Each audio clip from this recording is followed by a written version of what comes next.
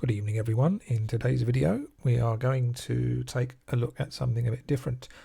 We're going to step away from the nice cozy world of Linux and we're going to venture into the dark side. We're going to take a look at Chrome OS, or more specifically Chromium OS, which is the kind of open source developer version which later goes on to become Chrome OS.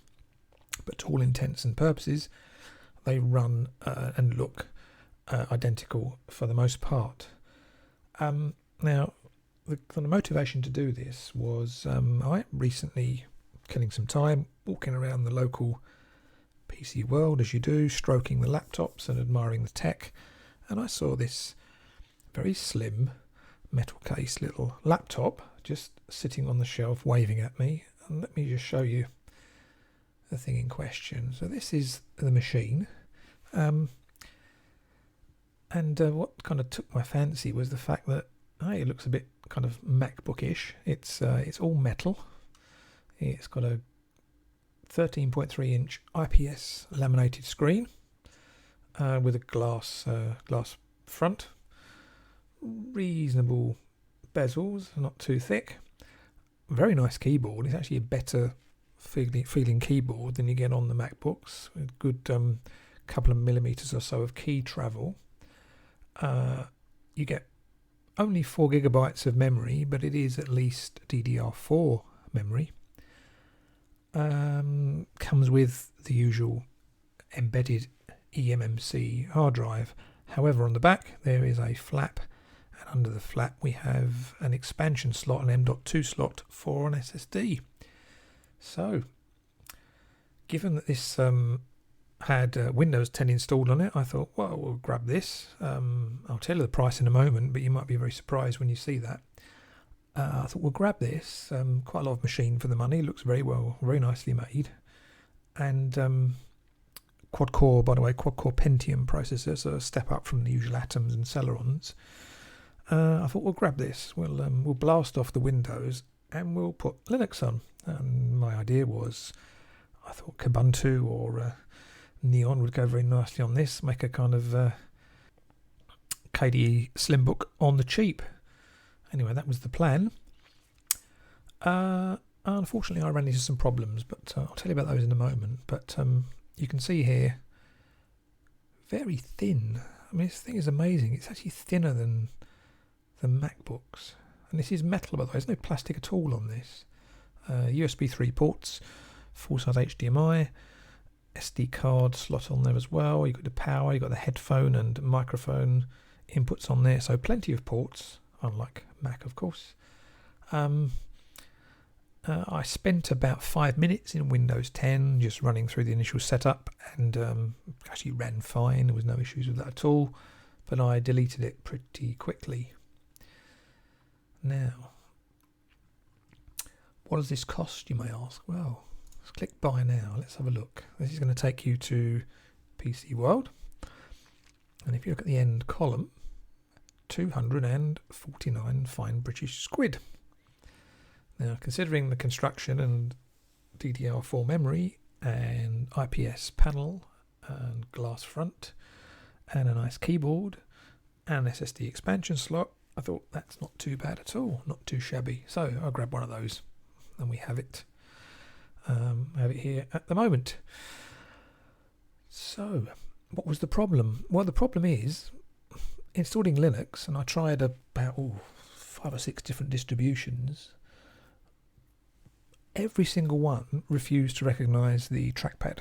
So everything works, monitor works, volume works, even the software media keys work, sound works, wireless works, but no trackpad. Now you can get the trackpad to carry out some functionality if you run it on the very latest kernel. So if you load up Arch, for example, and you run it on, what are we on now? 4.18, 4.19 is it? You can coax some life from the trackpad, but it's not working to anything near the requirement that you would expect. So you can do a few gestures, but you can't actually use basic functionality on anything older than that. So Ubuntu 18.04 type distros, for example, dead as a dodo, no trackpad activity whatsoever. So that set me looking around for an alternative. I thought, well, I want to make some use out of this thing. I don't want to put Windows back on. Why not try Chrome OS? Now, you can't put Chrome OS on a Windows machine, but you can put Chromium OS, I should say. If you go to the website under the name of a company by the name of Neverware. Neverware make a distribution called Cloud Ready, which is basically an installer which lets you install Chromium OS onto a Windows PC. Now they primarily market this for charities, schools, large organisations, companies even that might have lots of slightly older hardware that struggles to run Windows, but will work perfectly fine with Chromium OS installed. So that's the basic idea. Now you can download, if you're going to use it individually, so if you're not an organisation and you just plan to use it yourself, you can download the free version, fully functional. There's no time limits, there's no watermarking, anything like that, and it's the free version of Chromium OS. Pop it onto a USB stick, pop it into your machine, load it up, install it, and away you go. They even, if we come here to install Home Edition, they even give you the links to download the program to burn your USB sticks. Now you can use these if you're on Linux. Etcher will work. I've tried it. It's the only one I have found that will work because it downloads a .bin file, not an ISO file. And if you try to burn those using something like GNOME Writer or some of the Linux dedicated disk writers or USB writers, they won't recognize the bin file and it won't let you burn it. Etcher will, and it does work. So that's the one I recommend. So let's now hop over to the dinky little laptop. And we'll fire up the screen recorder and I'll walk you around the newly installed Chromium OS. See you in a moment.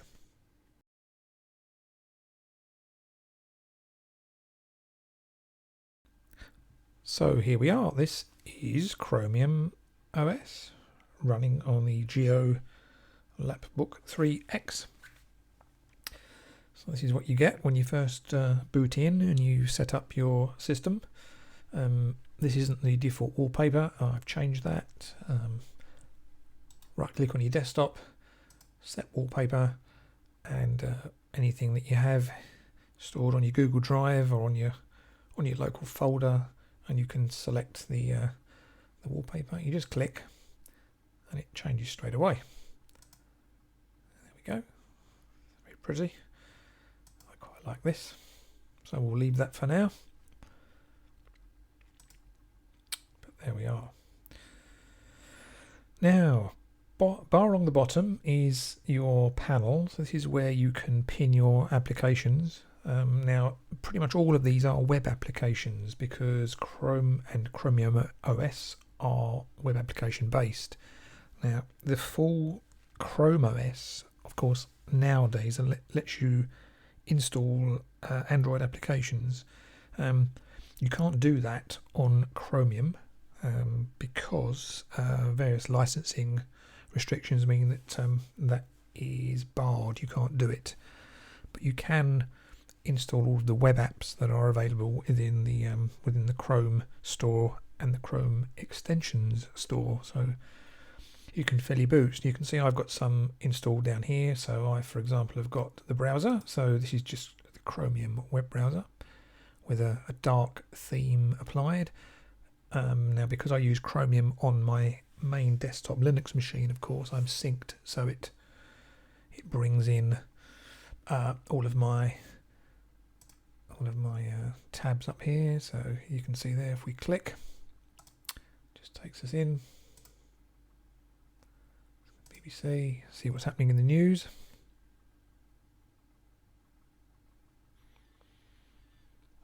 And there we go.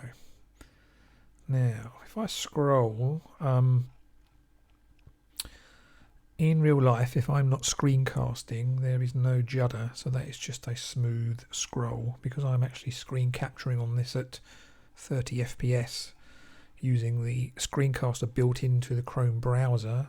It's not quite to the same quality, unfortunately, as the good old Simple Screen Recorder or OBS, so I have to make some allowances for that, but it's not bad. It's reasonable. So that's our browser. The heart of the system, obviously. You've then got your Google Drive here, so that will just take you into your drive, and you can see there you've got your files. What else have we got here? Photos. So that's the photo app. Now what you'll see when we load these up is on some of these applications, of course, it doesn't look like it's in a web browser. Now you might recall I did a video recently about the ICE window app maker. That's an application that comes supplied with Peppermint OS, and it allows you effectively to wrap web applications in a standard desktop window wrapper. Well, Chrome and Chromium OS do the same thing by default. Well, I say by default, you can turn it off and on. So if you click, for example, down here, if you right click on your icon, you see here it says open as window. That will open the application in its own window with its own close, minimize and maximize bars at the top. If I untick that, now launch, it opens in a web browser, so with your usual web browser paraphernalia at the top. So that is quite a nice little feature. It's basically the Peppermint web application, ICE application, rolled into Chromium OS. Now, of course, you've got your Google Docs here. You've got YouTube. Now, that's the YouTube app. So again, what it will do is it will load up my YouTube page, but it will do so in a standard window application, not in the usual browser format. We can go along, and we can click one of Michael Tux. On this episode of This Week in Linux, we take a look at some distro news. Tux Digital, good site. Everybody should be subscribed to that. Now, calculator down here. It's a rather large calculator because I was playing around with tiling a little bit earlier. So it should be that size, of course, but you can tile on this. So if you drag like this, you'll see it opens up. Let go, and it tiles. Now I've come down here, open something else. We'll go back to our photos, and if we kind of just drag over, lights up, and there we go. And you can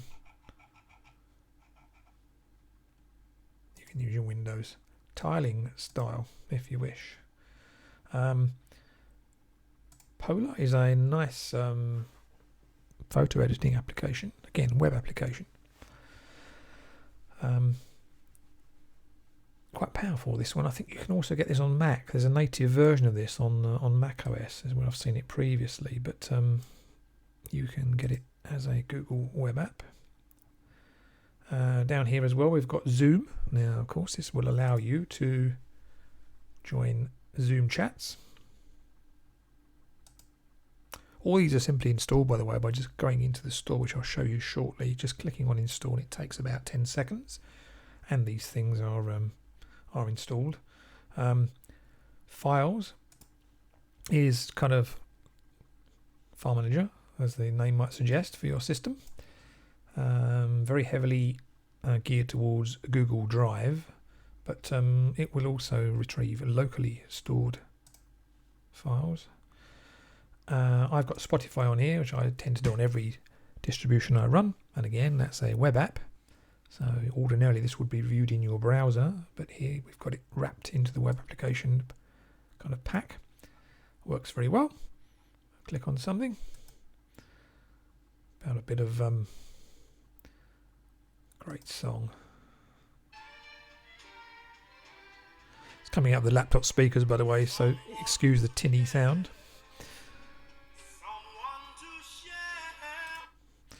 There we go. Spotify. I don't know how this is coming across in the video, but these things kind of glide off and on the screen. Very, very nice graphic effects. And no screen tearing. And I've not to make any adjustments whatsoever. This is just plain install on a machine which is not listed among those which are certified as compatible. It's just as I say, a very new, very newly produced laptop. So new, in fact, that the trackpad drivers do not appear to exist yet in most kernels. So more to come on that. Settings will just literally take you into system settings here, but there's quite a lot. It's basically the Chrome browser settings, but with some bells and whistles added on to allow you to adjust some factors of your local install. But that's quite nice. You can do a fair bit on that. It's fairly powerful. You can go in there and adjust your keyboard and your spell checking and your mouse and various other things. So quite useful. Probably less lockdown than something like Elementary. Surprising to say, but there we are. Or GNOME, dare I say it? But at least this thing does actually give you some options out of the box. Now this is the Telegram, by the way. So I've got that installed. Again, a web app. There we go. Looks just like the native client, really. Slightly different colour effects there, but you get the general picture. So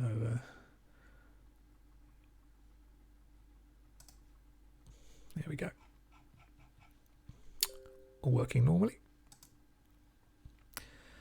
And this is where you go to install your applications. So this takes you to the Chromium or Chrome Web Store. And you can search here for extensions, themes, apps, and games. And you've got various criteria here that you can refine your search. But there's plenty in here. You're not going to be short of applications. Now remember that these are pretty cut down applications designed for casual use on the go. You are not going to find kind of Kden Live. You're not going to find some of the kind of the LibreOffice suite in here. No way. That's not the sort of thing you would be installing on your Chromebook. These things are designed to be small, light, fairly low powered, and primarily run web applications. But if you just want a casual machine for, I call this my couch machine. It's when I'm sitting on the couch just catching up with my YouTube videos, perhaps placing some orders on Amazon or something, or just casual lightweight stuff. These machines are perfect, and dare I say it, this OS is probably more suited than some of the full-blown Linux distributions out there, because it genuinely is very light. I mean, yes, Chromium web browser is one of the heavier browsers, but other than memory usage, it doesn't actually place much in terms of processor demand on your system. And modern Atoms, Celerons, and Pentiums. And this one in here is the latest. It's a Gemini Lake architecture, perfectly capable of running this stuff. I mean, this is running with a screen recorder at 30 FPS in the background. So, and you can see, hopefully that's coming out reasonably cleanly on the video. But there's certainly no lag. So, without that running in the background, this feels almost as snappy as the quad-core i7 8-thread thing I'm normally using. So, it'll grind to a halt if I try to do anything seriously heavy on it. But apparently on this chipset, which is the Intel Pentium Silver N5000, if you're fairly patient, you can edit and render 4K video reasonably successfully. So it won't do it very fast, but it's not the hopeless experience it's been in the past with some of these low power chipsets. And when I say low power, I think by default in the BIOS on this machine we are set to 6 watts, which is quite funny when you consider some graphics cards out there are like 250 to 300 watts. I briefly put KDE on this and brought up their system monitor, and it told me that the power draw from the battery when it was just web browsing was 2 to 2.5 watts, which is staggeringly low. No fans in these machines. I'm touching the chassis of this now with a screen recorder running, and it is stone cold to the touch. So Intel really have come on leaps and bounds with these very low power chipsets. You know, every new iteration brings more and more performance for less and less power drain. So they're to be applauded.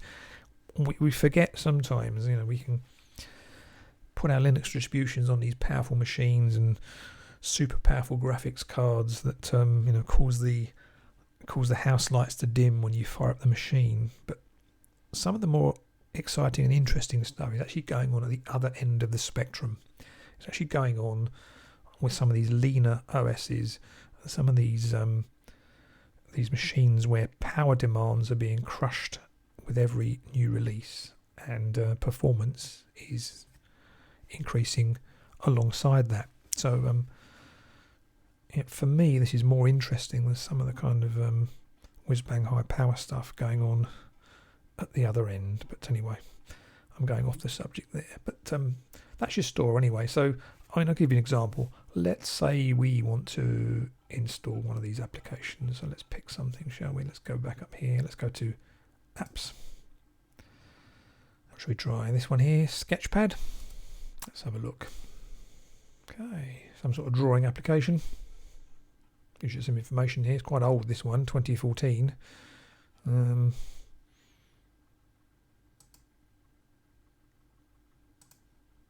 So,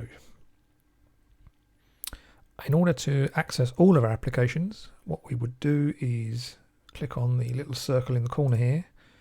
Brings up our last used items. You can of course search here. This is your Google search field.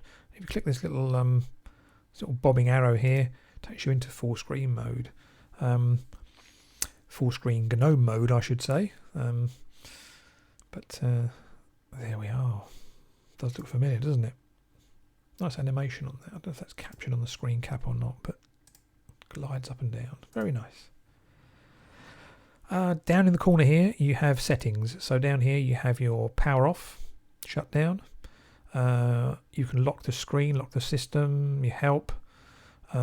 Settings again takes us back into the settings we saw earlier. That's your volume control. If you have microphones or USB devices plugged in, you get a drop down menu here and you can select them as you can on a standard Linux installation. Bluetooth on and off. Your Wi-Fi settings are in here. You can sign out, and I'm giving away my Google email address. Do I care? No. Feel free to send me whatever you like. So, notifications. Now I have this on Do Not Disturb. I did have it on Do Not Disturb. It seems to have switched itself off of that, but anyway, these appear to just be telling me what we've installed. So we've installed Evernote, we've installed Sketchpad, and some notifications there from Destination Linux. So there we are. That's just a brief overview of Chromium OS and how to install it on your laptop, on your Windows PC. I say on your Windows PC, of course. What I actually mean is wiping off Windows from your hard drive and installing Chromium OS, not installing alongside, although I believe you can dual boot this if you wish. In this instance, it's actually installed onto bare metal on its own, no other operating system on the hard drive. So probably worth a try. As I say, it's different to a full-on Linux install. It won't run the heavy stuff. It's designed for light apps. But if that's all you need, if you have a secondary machine, if you have an old machine, or if you just have a fairly powerful machine, and this is all you really need to be doing with it, and you want it to run blazing fast, then worth a go. Give it a try and see how you get on. I hope you enjoyed the video, and bye for now.